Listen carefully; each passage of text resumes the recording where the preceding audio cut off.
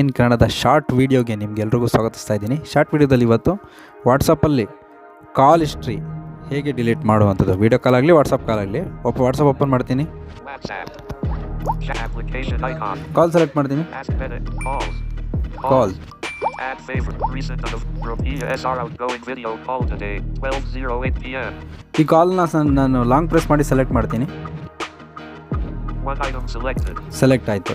ಇನ್ನು ಬೇರೆ ಬೇರೆ ಇಲ್ಲಿ ಎಷ್ಟು ಹಿಸ್ಟ್ರಿ ಇದೆ ಅಷ್ಟೆಲ್ಲ ಸೆಲೆಕ್ಟ್ ಮಾಡ್ಕೋಬೇಕಂದ್ರೆ ಒಂದು ಸತಿ ಲಾಂಗ್ ಪ್ರೆಸ್ ಮಾಡಿಕೊಂಡು Video calls.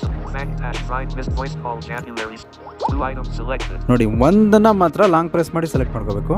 ಇನ್ನೆರಡನೇದು ಕೇವಲ ಡಬಲ್ ಟ್ಯಾಪ್ ಮಾಡ್ತಾ ಹೋದರೆ ಸಾಕು. ಇಲ್ಲಿ ಮೇಲ್ಗಡೆ Favorites unavailable. Remove from call log. ನೋಡಿ, ಇದ್ರ ಮೇಲೆ ಕ್ಲಿಕ್ ಮಾಡಿದ್ರೆ ರಿಮೂವ್ ಆಗುತ್ತೆ. ನೋಡಿ, ರಿಮೂವ್ ಆಯಿತು.